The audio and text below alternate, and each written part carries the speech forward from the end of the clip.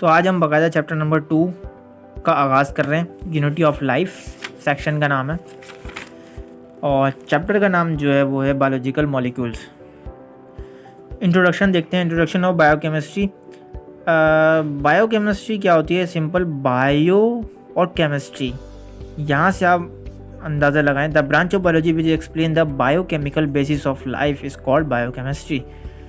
Simple कोई chemicals कम मतलब chemicals के बारे में स्टडी करना बायोलॉजी के अंदर इज़ कॉल्ड बायोकेमिस्ट्री। इतना आप याद रखें। बाकी आप ये इसकी बुक रीडिंग करेंगे तो आपको खुद इजीली समझ में आएगा। केमिकल कंपोजिशन ऑफ सेल की तरफ आते हैं कि एक सेल जो होता है उसकी क्या क्या केमिकल कंपोजिशन होती हैं, वो किन किन चीज़ों से मिलकर बनता है। फॉर एग्जांपल मैं एक बेसिक की बात आपको बताऊं। ये एक सेल है, ठीक है ना, ये एक सेल है। इसकी जो बाहर की लेयर होती है उसको हम कहते हैं प्रोटोप्लाज्म। ये बात यहीं की हुई है। We now that all living body is structurally compose of cell. ठीक है, यहाँ आप बुक रीडिंग करेंगे सिंपल आपको समझ में आ जाएगा। Compose of cell and living cell. देखिए, एक लिविंग बॉडीज जो होती है वो बहुत सारे सेल्स से मिलकर बनी होती है। इस लाइन में कहा जा रहा है compose of cell and living cell contain a living material is called protoplasm.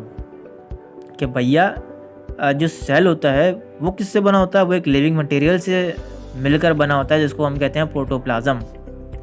Living body किससे बन के बनी होती है भैया? कंपोज ऑफ सेल, सेल से। और सेल किससे बना होता है? वो प्रोटोप्लाज्म से मिलकर बना होता है। अब केमिकली हम इसको देखेंगे क्या क्या चीज़ें होती हैं। केमिकली 70 to 90% जो होता है वो वाटर होता है सेल के अंदर। इफ़ वाटर इज एवोपरेट, अगर वाटर एवोपरेट हो जाए, उड़ जाए हवा में, तो the remaining mass is called dry weight of cell. तो जो रिमेनिंग मास होता है उसको हम कहते हैं dry weight of the cell. 70 to 90% जो होता है वो सेल के अंदर पूरा एक सेल ले लें तो वो वाटर से मिलकर बना होता है, और अगर हम उसको एवोपरेट कर दें तो वो सिंपल ड्राई वेट कहलाता है, dry weight of the cell. The compounds produce by living organisms are called biochemicals. वही हमने जो ऊपर पढ़ा है यहाँ बात की जा रही है कि बायोकेमिकल्स, केमिकल्स जो होते हैं लिविंग ऑर्गेनिजम्स में उसको हम कहते हैं बायोकेमिकल्स। अच्छा, अब यहाँ देखें only 6 elements carbon, hydrogen, nitrogen, oxygen, phosphorus and sulphur make up most about 98% of biochemicals. Biochemicals के लिए ज़रूरी है कि ये 6 एलिमेंट्स हों। ठीक है, केमिकल्स का वर्ड आ रहा है ना, तो 6 एलिमेंट्स का लाजमी हो। तो वो कौन कौन से एलिमेंट हैं? वो है कार्बन है, वो है hydrogen, nitrogen, oxygen, phosphorus, sulphur. ये एमसीक्यूज़ पॉइंट ऑफ व्यू से भी इम्पॉर्टेंट है, पूछ लिया जाता है, इसलिए मैंने यहाँ पर एक चीज़ बनाई जिसके CHONPS। इस तरह आप याद रख सकते हैं, कौन PS। ठीक है, कौन PS, इस तरह आप याद रख सकते हैं। कौन निकला है? C मतलब कार्बन, H मतलब hydrogen, O oxygen, nitrogen, P phosphorus, S sulphur. ठीक है ना। अब आप यहाँ देखें कि केमिकल कंपोजिशन ऑफ सेल।